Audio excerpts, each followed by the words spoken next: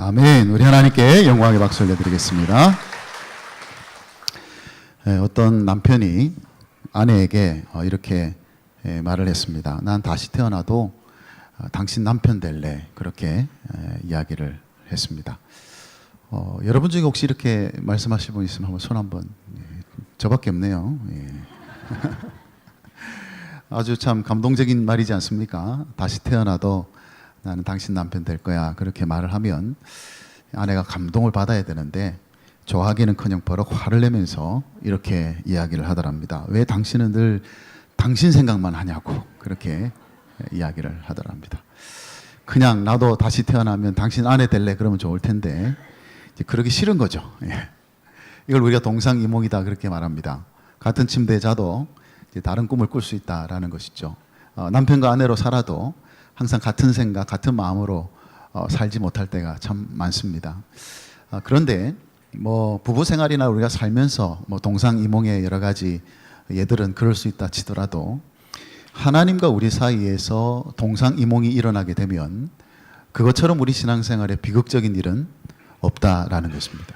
그러니까 하나님이 의도하시는 대로 생각하거나 행동하지 않는 삶은 그 삶이 우리를 안 좋은 방향으로 이끌 수밖에 없다는 것을 우리가 깨닫게 됩니다. 지금까지 우리가 광야 수업을 통해서 십계명에 대해서 말씀을 나누었습니다. 이스라엘 백성들이 광야에서 배워야 했던 그 광야 수업, 사실은 이 이스라엘 백성들이 그 수업대로 하나님께서 가르치신 대로 그렇게 살지를 못했던 것 같습니다.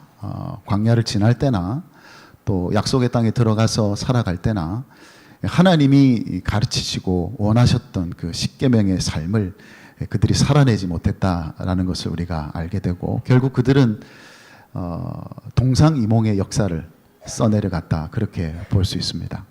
오늘도 우리가 함께 읽은 이 본문을 보게 되면 이스라엘 백성들이 광야 수업을 통해서 배워야 했던 바로 그것과 정반대의 사건이 일어나고 있는 것을 우리가 이제 보게 되죠. 저와 여러분이 너무나 잘 아는 이야기입니다. 이스라엘 백성들이 금송아지를 예배하고 금송아지를 숭배하는 그런 사건이 오늘 기록되어져 있습니다.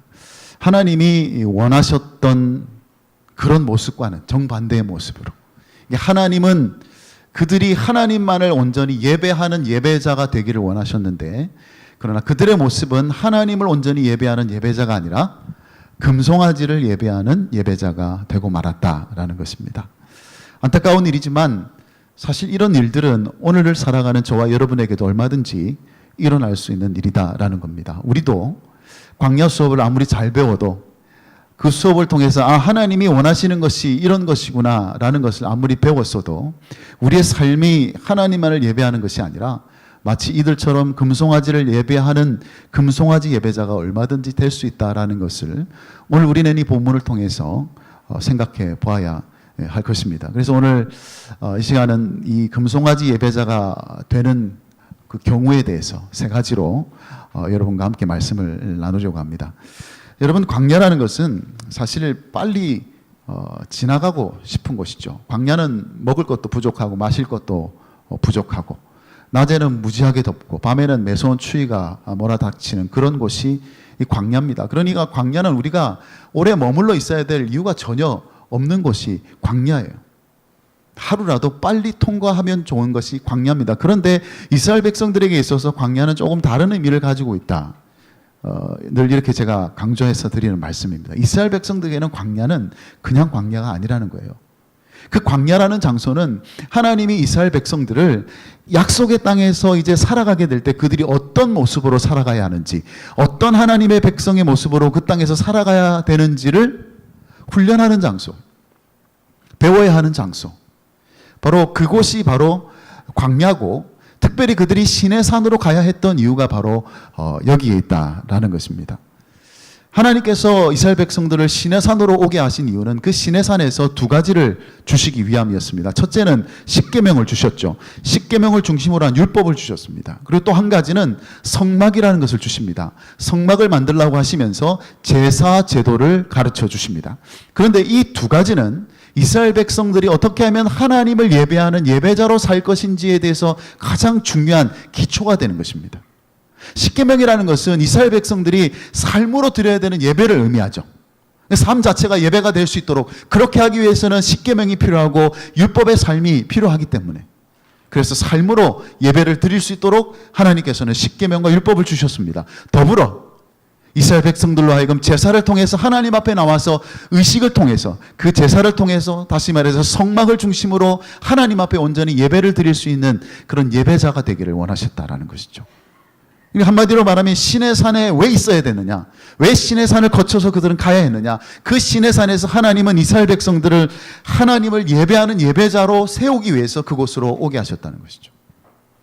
더구나 지금 이 상황은 모세가 지금 그 신의 산 위에 올라가 있는 상황입니다. 일종의 하나님과 그 거룩한 계약을 하기 위해서 하나님 앞에 40일 40야, 그 40일 동안 하나님 앞에 머물면서 일종의 계약을 지금 맺고 있는 거예요. 그러니까 하나님께서는 이스라엘 백성들을 언약의 백성으로 삼으시기 위해서, 그렇게 하기 위해서 필요한 지침들을 지금 모세에게 알려주시기 위해서 모세로 하여금 산으로 올라오라. 그래서 지금 40일 동안 모세는 산에 올라가 있는 상황이고, 그런 모세를 산으로 올려보내고 지금 이스라엘 백성들은 산 밑에서 기다리고 있는 거예요. 모세가 내려오기만을 지금 기다리고 있는 겁니다. 그런데 여기서 문제가 일어난 것이죠. 그들이 모세를 기다리다가 초조해지기 시작하는 거예요. 불안해지기 시작한 거예요. 그래서 아론을 찾아가서 얘기를 합니다. 우리가 마냥 이 모세를 기다릴 수 없지 않느냐, 무슨 대책을 세워라, 그렇게 아론에게 요구를 하게 되죠. 그 내용이 오늘 1절에 이렇게 기록되어 있습니다. 1절 한번 다시 한번 보겠습니다. 같이 읽겠습니다. 백성이 모세가 산에서 내려옴이 더딤을 보고 모여 백성이 아론에게 이르러 말하되, 일어나라, 우리를 위하여 우리를 인도할 신을 만들라. 이 모세 곧 우리를 애굽 땅에서 인도하여 낸 사람은 어찌 되었는지 알지 못함이니라. 아멘. 여기서 우리가 주목해야 될 부분은 뭐냐, 백성이 모세가 산에서 내려옴이 더딤을 보고, 바로 이 부분이죠. 그러니까 이 이스라엘 백성들은 이 더딤이 무엇을 의미하는지를 잘 알고 있습니다. 광야에서. 여러분, 광야는요, 더딤을 용납하기가 힘든 곳이 광야입니다. 지체할 수 없는 것이 광야예요. 그러니까 이스라엘 백성들 생각에는 지금 이 더딤을 용납할 수가 없는 겁니다. 왜? 빨리 가야 되니까. 빨리 이 광야를 지나야 되고, 빨리 하나님이 약속하셨다는 그 약속의 땅으로 가야 되니까 이 더딤을 그들이 받아들일 수가 없는 거예요. 그래서 아론에게 이야기를 합니다. 빨리 우리를 그곳으로 인도할 신을 만들어내라는 거예요. 우리가 더 이상 지체할 수 없지 않느냐요. 언제까지 이 모세가 내려오기를 기다릴 수 있겠느냐. 빨리 우리를 가나안으로 인도할 수 있는 그 신을 만들어서 우리가 그곳으로 가자라는 거예요. 모세 40일을 견딜 수가 없는 거예요. 그 지체되는 상황, 지연되는 상황을 견딜 수가 없었다라는 거죠. 그것이 바로 그들로 하여금 금송아지 예배자가 되게 만들었다라는 겁니다. 우리가 더딤을 견디지 못할 때 우리는 금송아지 예배자가 되기가 쉽습니다. 이스라엘 백성들은요, 그 더딤을 견뎌야 했습니다. 왜냐하면 그 더딤은 그들을 예배자로 준비시키기 위한 과정이었으니까. 그러니까 필요 없는 더딤이 아니었다는 거예요. 그 광야에서 반드시 이스라엘 백성들에게 요구되었던 그 더딤. 그래서 이스라엘 백성들은요, 모세가 내려올 때까지 끝까지 어디를 바라보고 있어야 되냐? 신의 산 바라보고 있어야 돼. 그 더딤을 견뎌내면서, 지연되고 있는 이 상황, 지체되고 있는 상황을 견뎌내면서 모세가 내려오기를 기다려야 했다라는 것이죠. 독일의 한 탄광에서 갱도가 무너지는 사고가 일어났습니다. 그곳에 일하는 광부들이 이제 갱 속에 갇히게 되었는데, 외부와 연락이 완전히 이제 차단된 상태에서 이제 일주일 만에 극적으로 구조가 되었습니다. 그런데 다 생존하고 딱 한 사람이 죽었어요. 그런데 그 갱도 안에서 죽은 그 한 사람, 다른 사람과 차이점이 하나가 있었는데, 그게 뭐냐면 다른 광부와 달리 이 광부의 손에는 시계가 있었다는 거예요. 시계. 그래서 그가 왜 다른 사람은 다 살았는데 왜 죽었을까라는 이 상황에 대해서 해석을 그렇게 내렸습니다. 이 사람은 그 일주일 동안 시계를 보면서 초조해하고 불안해하다가 절망 가운데 죽었을 것이다. 그렇게 해석을 내렸다는 겁니다. 실제로 그래서 죽었는지는 우리가 확인할 길은 없겠지만, 이 이야기가 우리에게 보여주고자 하는 바는 아주 분명하죠. 여러분, 그런 점에서 광야는요, 시계를 자주 봐서는 안 되는 곳입니다. 여러분, 우리가 다 시계를 차고 있습니다. 시계가 필요합니다. 필요가 있으니까 우리가 시계를 차고 다니겠죠. 그러나 우리가 때로는 이 시계를 봐서는 안 되는 때가 있습니다. 자주 보면 볼수록 그것이 부정적인 상황으로 인도하는 그런 경우가 굉장히 많습니다. 대표적으로 여러분이 시계를 자주 보면 안 되는 상황은 뭐냐면 설교 시간에는 여러분 시계를 자주 보면 안 됩니다. 굉장히 부정적인 신호거든요. 이거는. 예. 마찬가지입니다. 여러분이 살아가는 현실이요, 마치 광야 같다 싶으면요, 더더욱 이 시계를 봐서는 안 돼요. 여러분 자꾸 시계를 쳐다보게 되면 조급해지게 되고 불안해지게 되고 그 결과 어떤 일이 일어나냐면 하나님 외에 다른 것을 찾게 됩니다. 아, 이거 안 되겠구나. 내가 다른 뭔가를 조치를 취해야 되겠구나. 마치 이스라엘 백성들이 더 이상 지체해서는 안 되겠구나. 그래서 다른 신을 만들어서라도 우리가 약속의 땅으로 가야겠구나라고 요구했던 것처럼. 그러나 여러분, 우리가 분명히 알아야 합니다. 하나님은 우리를 하나님의 사람으로 준비시키기 위해서 때로 더딤이라는 이 상황을 사용하시더라는 거예요. 그래서 우리가 이 더딤이라는 이 상황을 잘 이겨나가고 잘 견뎌내면 그 과정에서 우리는 비로소 하나님의 사람으로 이 땅을 살아가게 되는 일들이 일어나게 된다라는 것입니다. 마크 배터슨이라는 목사님이 이런 말을 했어요. 우리는 1년 동안 우리가 이룰 수 있는 것들을 지나치게 과대평가하는 반면 10년 동안 하나님께서 하실 수 있는 일들을 지나치게 과소평가한다. 그렇게 말을 했습니다. 무슨 말이죠? 1년 동안 우리가 어떤 일을 기대하면서 열심히 살아내는 것은 할 수 있는데, 어쩌면 쉬운 일인데 10년 동안 기다리면서 하나님이 하실 일들을 바라보는 것은 굉장히 어려울 수 있다는 거예요. 우리가 하는 일과 하나님이 하는 일이 비교가 되겠습니까? 그럼에도 불구하고 우리는 그 10년이라는 그 세월 때문에 하나님을 믿지 못할 때가 있다는 거예요. 그래서 우리는 더딤이라고 생각하는 바로 그 순간에 하나님께서 하고 계시는 일들을 바라볼 수 있어야 된다라는 것입니다. 여러분 가정에 어떤 더딤이 있을 수 있습니다. 여러분 하고 있는 사업에 어떤 더딤이 있을 수 있겠죠. 우리 교회에도 어떤 더딤이 있을 수 있을 겁니다. 특별히 우리가 교회를 이제 건축을 시작하게 되는데, 우리가 건축을 하는 모든 과정에서 이런 어떤 더딤이 일어날 수 있습니다. 중요한 건 뭐냐면 그 더딤 속에서 우리가 하나님을 계속해서 바라볼 수 있느냐라는 거예요. 하나님이 하실 일들을 기대하면서 그 상황을 견뎌낼 수 있느냐, 계속해서 모세가 올라간 그 시내산을 우리가 바라볼 수 있느냐, 그것이 중요하다라는 거예요. 만약 오늘 여기 계신 여러분 어떤 더딤 때문에 여러분 마음에 지금 조급함이 있다면 여러분 이 예배를 통해서 하나님을 다시 바라보고 인내하며 견딜 수 있게 되기를 바랍니다.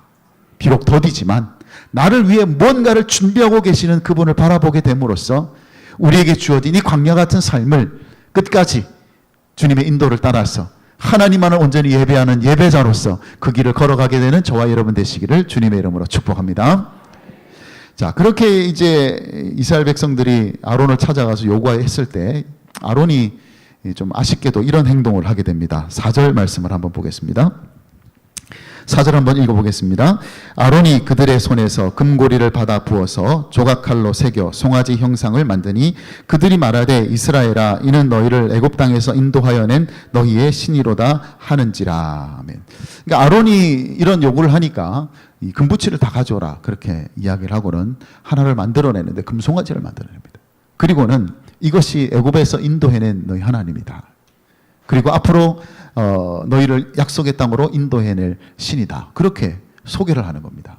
여러분 우리가 가만히 잘 생각해 봐야 되는 것은 지금 아론이요, 새로운 신을 소개하는 게 아닙니다. 하나님 말고 다른 새로운 신을 이스라엘에게 소개하는 게 아니에요. 아론은 여전히 애굽에서 그들을 인도해내신 하나님을 말하고 있습니다. 그런데 뭐냐? 이 금송아지가 그 하나님이라는 거예요. 그래서 안심하라는 겁니다. 걱정하지 말라는 거예요. 여러분 지금 이스라엘 백성들은 자신들 눈에 보이는 이 모세의 공백을 지금 견디지 못하고 있는 겁니다. 모세의 공백이라는 것은요, 하나님의 공백과 똑같습니다. 왜냐하면 이스라엘 백성들에게 있어서 모세는요, 하나님과 같은 존재예요. 그들은 모세를 통해서 하나님의 능력을 보았습니다. 애굽에 있을 때 10가지 재앙을 일어냈을 때 하나님께서 그 모든 능력을 행하셨습니다. 그러나 누구를 통해서 하셨냐면 모세를 통해서 하셨죠. 홍해를 가를 때에도 하나님께서 그 홍해를 가르셨지만 모세가 그 지팡이를 들고 섰을 때에 그 홍해가 갈라졌습니다. 그들이 홍해 갈라지는 하나님의 능력을 본 것은 누구를 통해서냐? 모세를 통해서요. 반석에서 물이 날 때도 모세가 그 지팡이로 반석을 내리쳤을 때 물이 터져나오는 것을 목격했습니다. 그러니까 이스라엘 백성들은 하나님의 능력을 누구를 통해서 보았느냐? 모세를 통해서 보았어요. 자기들 눈에 보이는 모세를 통해서 하나님이 행하시는 일들을 지금까지 보아온 겁니다. 그런데 그 모세가 없단 말이에요. 눈에 보이던 모세가 눈에 보이지 않는 겁니다. 그래서 그 공백, 그 모세의 공백, 하나님을 대변하고 하나님의 능력을 보여주었던 그 모세의 공백을 무엇으로 지금 메꾸려고 하는 것입니까? 바로 이 눈에 보이는 금송아지로 메꾸려고 하고 있다는 사실이에요. 결국 이스라엘이 요구하는 것은 뭐냐? 모세가 없어도, 모세라는 존재가 우리 앞에 없어도 우리가 안심할 만한 무언가를 좀 만들어 달라는 거예요. 그게 뭡니까? 눈에 보이는 무엇인가요? 그게 금송아지입니다. 눈에 보이는 금송아지. 여러분, 이스라엘 백성들은요, 눈에 보이는 신들에게 아주 익숙한 사람이었어요. 애굽에 있을 때부터 애굽에 있던 신들은 다 하나같이 공통점이 있는데 그게 뭐냐면 다 형상을 다 가지고 있다는 거예요. 보이지 않는 신은 없습니다. 다 눈에 보이는 신을 애굽 사람들이 믿고 섬겼습니다. 그런 상황 속에서 그들이 살았어요. 그래서 어떤 사람은 그렇게 얘기하더라고요. 애굽은 마치 취향대로, 멋대로 이렇게 고를 수 있는 베스킨라빈스 신 전문점이다. 그렇게 얘기를 했습니다. 얼마든지 자기가 원하는 대로 그렇게 골라서 섬길 수 있는 신. 중요한 것은 그런 신들은 다 형상이 있었다는 거죠. 눈에 보였다는 겁니다. 애굽만 그런 것이 아니라 고대 근동에는요, 가정마다 또 신전마다 또 길가의 벽마다 다 신의 형상들이 다 새겨져 있었습니다. 그래서 그들은 살아가면서 늘 무엇을 보면서 살았느냐? 신의 모습을 보면서 살았습니다. 그런 관점에서, 그런 상황 속에서 살아왔던 이스라엘 백성들이 지금까지 모세의 인도를 받아서 여기까지 왔어요. 결국 그들은 눈에 보이는 모세를 통해서 하나님이 행하시는 일들을 지금까지 보면서 여기까지 온 것입니다. 그런데 그 모세가 지금 눈에 보이지 않습니다. 40일 동안 소식이 없어요. 그래서 눈에 보이는 무언가를 요구했. 아론은 그렇게 눈에 보이는 것을 요구한 그들에게 송아지를 만들었습니다.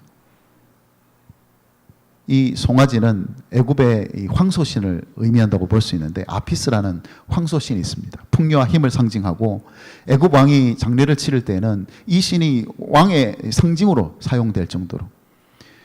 그러니까 애굽에 있던 이스라엘 백성들이 보기에는 가장 적합한 형태의 신의 모습이 뭐냐? 송아지죠, 송아지. 그 눈에 보이는 그 송아지 형상을 보면 이제 안심이 되는 거예요.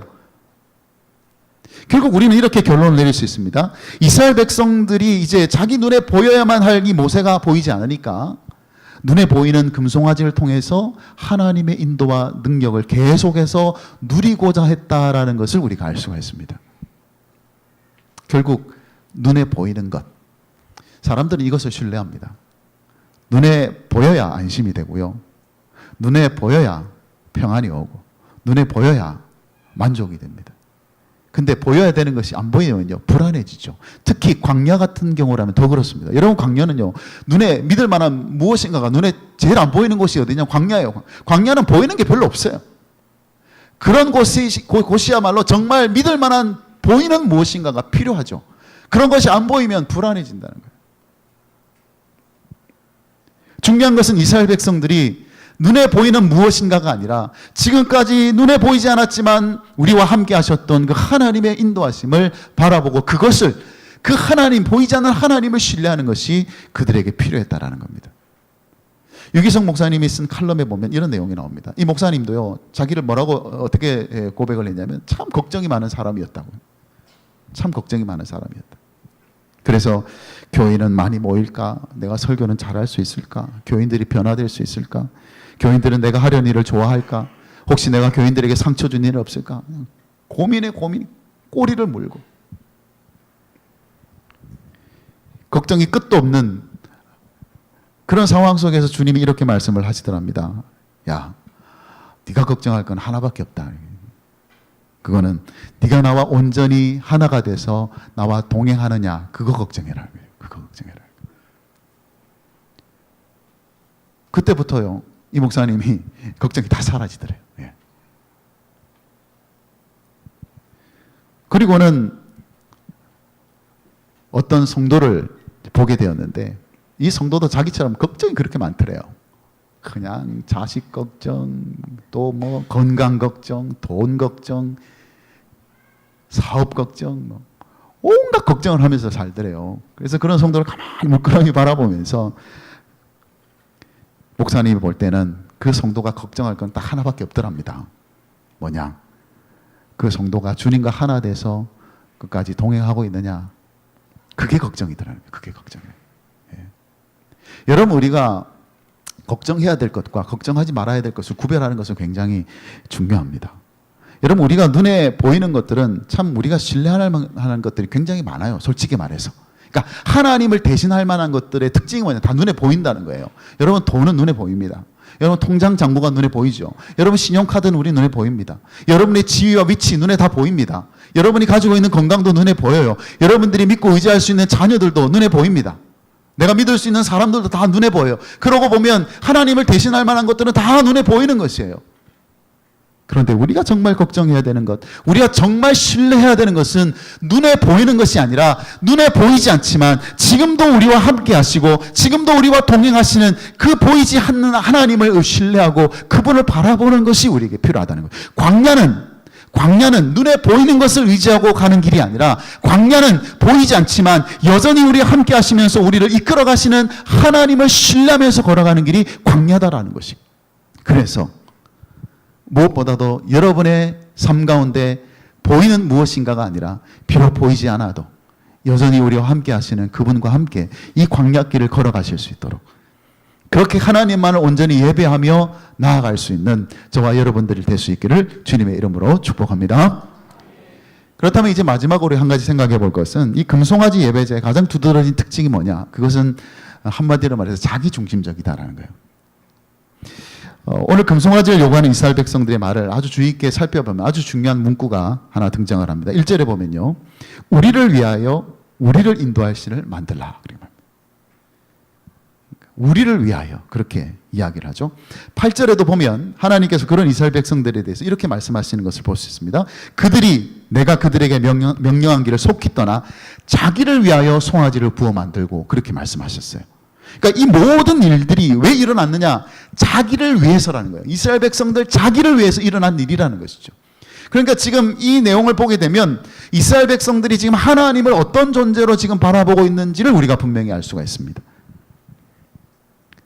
하나님은 애굽에 있는 신들과 전혀 다를 바가 없다는 것이죠. 애굽에 있는 신들도 그런 신들이었어요. 다 자기가 필요해서 믿는 신들이에요. 그 신들이 특별히 뭐 좋아서 섬기는 게 아니에요. 뭔가 우리에게 줄 게 있으니까 섬기는 거예요. 그게 애굽에 있던 신들의 특징입니다. 그런데 이 이스라엘 백성들이 하나님을 그와 비슷한 존재로 여기고 있다는 거죠. 하나님도 우리의 필요에 의해서 존재하는 신이다라는 거예요. 하나님이 우리를 위해서 있는 거예요. 그러니까 하나님은 그저 우리가 이 광야를 무사히 잘 지나갈 수 있도록 우리가 약속의 땅에 도착할 수 있도록 우리들의 안전을 지켜주고 우리들이 성공할 수 있도록 우리의 쾌락을 위해서 필요할 존재일 뿐이지 그 이상도 그 이하도 아니었다라는 것이죠. 그러니까 그들의 태도의 가장 깊숙한 곳에는 하나님을 이용하려는 태도가 있었다는 것을 알 수가 있습니다. 우리가 언제 금송아지 예배자가 되느냐? 우리가 하나님을 이용하려고 할 때 금송아지 예배자가 됩니다. 특징이 그거예요. 여러분, 이스라엘 백성들이 금송아지 앞에서 절을 하고 예배를 하고 금송아지 앞에서 했던 모든 그 행동들은요, 하나님께 해야 했던 행동을 그대로 하고 있습니다. 화목제도 드리고 번제도 드리고. 그런데 그렇게 하는 이유가 그 금송아지 때문에 하는 겁니까? 그 금송아지가 좋아서 그렇게 하는 겁니까? 아닙니다. 자신들을 위해서요. 자신들을 위해서. 그 금송아지가 필요했던 이유도 그 금송아지가 특별하기 때문에 그 금송아지가 대단한 존재이기 때문에 그렇게 하는 것이 아니라 이 금송아지가 나를 위해서 필요하기 때문에 그런 거예요. 이 광야를 빨리 그리고 안전하게 지나려면 이 금송아지가 우리에게 있어야 되겠다고 생각했기 때문에 철저하게 자기중심적이고 결국 그것은 하나님을 어떻게 생각한다는 뜻입니까? 자신들을 위해서 하나님은 그저 우리의 필요를 채워주는 존재로 생각했다라는 것이죠. 그런데 여러분, 그 광야에서 이스라엘 백성들이 가장 중요한 건 뭐냐면 광야에서 필요한 것을 채우는 게 가장 중요했던 것이 아닙니다. 그들에게 정말 중요했던 것은 그들이 어떻게 하나님과 올바른 관계를 가지고 그 광야의 길을 걸어가느냐, 그게 중요했다는 거죠. 하나님은 이스라엘 백성들을 사랑하셔서 애굽에서 구원해 내셨습니다. 하나님은 그들을 사랑하셔서 약속의 땅으로 인도하시는 거예요. 그렇다면 이스라엘 백성들은 그런 하나님 앞에서 그런 하나님을 사랑하며 섬기는 하나님의 백성으로서 하나님과 동행하는 삶이 그 광야에서는 제일 중요했습니다. 그래서 여러분, 이스라엘 백성들에게 하나님은 사랑의 대상이지 이용의 대상이 아니에요. 광야에서 필요한 모든 것을 체험받는 것보다 더 중요한 것은 그 광야에서 하나님과의 그 사랑의 관계 속에서 그분을 예배하고 섬기는 그런 모습으로 걸어가는 것이 그들에게 중요했다라는 것입니다. 이런 예가 어떨지 모르겠습니다. 돈은 참 많은데 자식도 없고 친척도 없는 한 부자가 있었습니다. 이 부자가 그만 이제 세상을 이제 뜨게 되었는데, 이제 병상에 누워있던 그가 이제 자기의 죽음을 직감하고 장의사를 불러가지고 이제 이렇게 부탁을 합니다. 내가 죽거든 새벽 4시에 장례식을 치러주도록 하면 좋겠다. 그리고 내 유언장은 그때 공개해주면 좋겠다. 그렇게 부탁을 하고 숨을 거두었습니다. 여러분, 이 부자는 가족이 없습니다. 유족도 없습니다. 그런데 친구는 참 많습니다. 왜 친구가 많을까요? 잘 모르시겠습니까? 부자니까. 여러분, 부자는 친구가 많습니다. 부자였던 분들은 다 이해가 가실 거예요. 부자였던 사람들은 다 친구가 많아요. 그래서 이 부자도 친구가 굉장히 많았습니다. 그런데 이제 부고가 이제 전해지면서 새벽 4시에 장례식이 있다 그랬을 때에 그 차갑고 그 어두운 묘지에 딱 4사람이 왔다는 거예요. 4사람. 내 친구가 왔다는 거예요. 그래서 이 장의사가 그 부자의 유언을 따라서 그 내 친구 앞에서 유언장을 공개를 했습니다. 유언장을 공개해서 읽어보니까 이렇게 유언을 했습니다. 나의 전 재산은 400만 달러다. 역시 잘 안 놀라시네요. 400만 달러는 굉장히 많습니다. 예. 400만 달러다. 이것을 나의 장례식에 끝까지 참석한 친구들에게만 똑같이 나눠주기를 바란다. 그렇게 유언을 했습니다. 횡재한 거죠. 이 내 친구가 졸지에 친구 장례식에 왔다가 다 100만 달러씩 다 받은 거예요. 여러분, 근데 이 이야기에서 한번 생각해 볼 것은 이 내 친구가 다른 친구들과 다른 점은 뭘까요? 그들이 그 4시에 그 꼭두 새벽에 진행된 그 장례식에 참석했던 이유는 그 부자와의 관계 때문입니다. 유산 때문이 아니에요. 내가 이 장례식에 참석하면 유산을 받으리라는 것은 꿈에조차 생각하지 못한 일입니다. 만약 아마 그 유언장을 미리 공개했다면요, 모든 친구들이 다 왔을 거예요. 그죠? 모든 친구 다 왔겠죠. 거기 참석하면 유산 준다는데 뭐. 근데 이 내 친구들은 그런 내용을 전혀 모르는 상태에서 그 새벽에 이 친구를 위해서 왔습니다. 무엇 때문에 온 것일까요? 유산이 핵심이 아니라 관계가 핵심이죠. 여러분, 그렇다면 이 이야기 속에서 하나님과 우리 사이의 관계를 한번 생각해 보면 이렇게 정리할 수 있습니다. 우리가 광야 같은 이 인생길에 하나님과 동행하는 것은 기본적으로 하나님으로부터 무언가 얻을 것이 있기 때문에 하나님과 동행하는 것이 아니다라는 겁니다. 아니다라는 거예요. 우리는 유산 때문에 하나님과 동행하는 사람들이 아니라는 거예요. 관계 때문에 하나님과 동행합니다. 그 내 친구가 유산 때문에 참석한 것이 아니라 관계 때문에 참석한 것처럼 우리 역시 우리의 필요 때문에 하나님과 동행한 것이 아니라 하나님께서 예수 그리스도를 이 땅에 보내시고 우리가 그 예수 그리스도를 믿는 믿음 안에서 하나님의 자녀가 되었기 때문에, 하나님의 백성이 되었기 때문에 이제는 우리가 그분을 사랑하는 관계 속에서 그분과 동행할 수밖에 없는 그런 관계 속에 살아가기 때문에, 그래서 우리는 주님과 함께하는 거. 그래서 우리는 이 광야 같은 인생길 주님 끝까지 따라가는 이유가 바로 거기에 있습니다. 유산 받으려고 따라가는 게 아니에요. 물론 유산이 우리에게 주어질 때가 있습니다. 왜냐하면 하나님은 우리를 자녀 삼으실 때, 하나님의 백성 삼으실 때 내게 속한 모든 것 너에게 다 주겠다고 여러 군데에서 약속하셨으니까. 그 약속대로 우리에게 주시는 것들이 많습니다. 은혜들이 많아요. 그것은 우리가 하나님과 동행하는 과정 속에서 하나님이 주시는 선물일 뿐입니다. 우리는 그것 때문에 하나님을 따라가는 사람이 아니에요. 여러분, 이 관계를 우리가 확실히 하고 있어야 됩니다. 금송아지 예배자가 되느냐, 하나님을 예배하는 예배자가 되느냐는 아주 조그만 차이입니다. 우리가 하나님을 이용하는 태도로 하나님을 섬긴다면 우리가 아무리 하나님께 예배의 자리로 나온다 할지라도 우리는 금송아지로 하나님을 예배할 수가 있다는 거예요. 금송아지 예배자로. 그렇기 때문에 우리가 늘 하나님 앞에 설 때마다 비록 우리의 부족이 있고 우리의 연약함이 있고 우리가 해결해야 될 문제들이 많고 고민스러운 일들이 많아도 그럼에도 불구하고 우리가 하나님 앞에 나와서 예배하는 이유는 그 하나님은 내가 사랑하는 하나님이고 나와 영원히 나와 함께 하시겠다고 약속하신 하나님이고 하나님의 나라를 그분과 함께 영원히 살아갈 존재이기 때문에 그런 관계 속에서 우리가 살기 때문에 우리가 이 자리에 나와 있는 것이고 여러분 예배는 바로 이것이 결정해야 됩니다. 사랑하는 여러분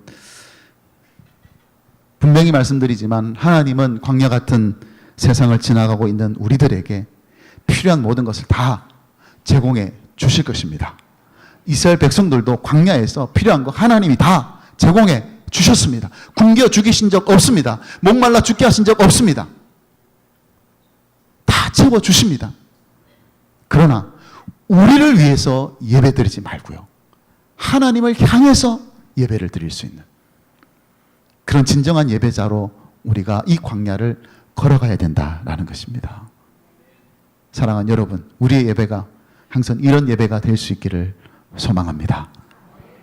그 어떤 상황에도 주님을 바라보면서 주님만을 온전히 예배하는 예배자로서 사랑하는 그분을 예배하며 섬길 수 있는 예배자로 살아가는 저와 여러분 되시기를 주님의 이름으로 축복합니다. 아멘. 말씀을 정리하면 이렇습니다. 우리가 금송아지 예배자가 되게 되는 데에는 세 가지 배경이 있습니다. 우리가 이 광야에서 더딤을 참지 못하면요, 금송아지 예배자가 될 수 있고요. 눈에 보이는 것만을 신뢰하면 금송아지 예배자가 될 수 있고요. 하나님을 이용하려고만 하면요, 금송아지 예배자가 될 수 있습니다. 우리는 오직 우리가 사랑하는 하나님 그분만을 섬기는 하나님의 백성으로서 그렇게 주님을 예배하며 살아가는 예배자가 될 수 있기를 주님의 이름으로 축복합니다. 아멘.